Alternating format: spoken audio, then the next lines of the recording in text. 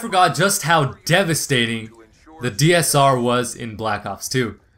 That clip that you saw right there reminded me of how crazy this game was with some of its weapons, and that's one of the reasons, if not the reason, why I felt that Black Ops 2 had some BS in it. But it's not to say that I hated Black Ops 2. I didn't. It was far from the worst Call of Duty. In my opinion, that's still Modern Warfare 3 for me. In my personal opinion, I think Modern Warfare 3 is still the worst for me. Black Ops 2 was actually pretty fun. And recently, I've noticed a trend.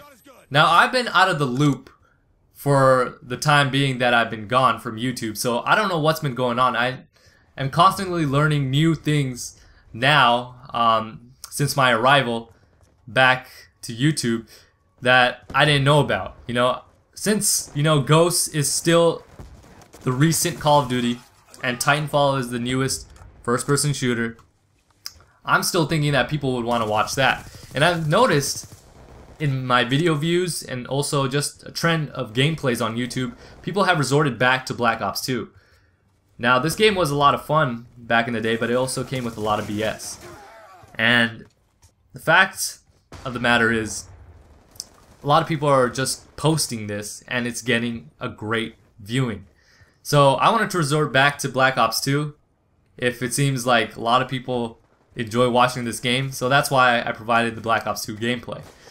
So yeah, with that being said, welcome back to Road to Soldier. This is part 5. I'm OGCP Da Silva, and I want to talk about the most psychologically and mentally tough thing that we had to endure, and that was being away from media. We didn't have our phones for the 10 weeks that we were there.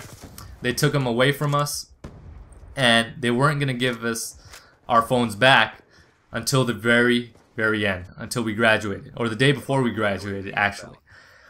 And, you know, being in the modern world where we have our phones and any sort of media, we're surrounded by media, the internet, 24/7. So having that feeling of being away from media for that long was something we all had to endure and just have the resilience for. And, you know, as a person, you know, who's constantly on his phone, who has it by him at all times, you know, it was tough. Like, even if you have or leave your phone at home while you go out somewhere and you forget it, you feel like you're naked, right? You feel like you're missing something. And imagine having that feeling for 10 long weeks. So I think that was the toughest thing, and having that open line of communication and knowing what's going on around you in the world was something that we were without. And it definitely taught you something. It taught you to be able to withstand something like that if that were to happen. Like if you were on a deployment, or if you were out in the combat zone and you didn't have that line of communication. That was the training, that was the whole purpose of what they were trying to teach us.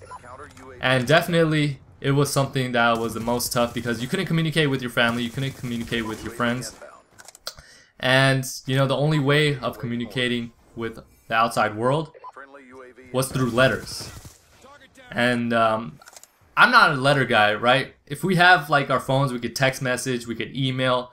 I mean, we have all these social medias, Twitter, Facebook, Instagram, you name them. So with all those things, there's no real point to writing a letter, except like for a job or something, right? If you're writing for a business or something of that nature. But other than that, we have our phones and social media for anything in terms of lines of communication. So I had to write letters to my family, and then that took like a couple days, like 2 or 3 days to get to them, and also for me to receive letters from them back. So that's what we all had to endure, and it was tough, man. I'm not gonna lie, it was tough, because having that instant communication, like through text messages, was the most prominent, or just having that phone call was something that we didn't have the privilege of having. So that was definitely something that was pretty interesting. And then also I want to really quickly thank a fellow YouTuber, Zoltan25, and he didn't have to do this, but he just made a friendly gesture by actually writing letters to me while I was at basic training, and he made this into a series on his channel where he, went into depth and actually read the letters that I sent to him, and then he sent back to me. So that was a very kind gesture from him, and he didn't have to do it, and I want to thank him, and I appreciate him for that. And really quickly, in the description below, I want to put his channel down. I want you guys to go check him out, show him some support, because he's in need of some support right now on his channel, and this is just the least that I could do to show my appreciation for him and all that he's done for me as a fellow YouTuber, and I consider him a really good friend here on YouTube. So with that being said, I'll see you guys next time. This is OGCP Da Silva, and I am signing off.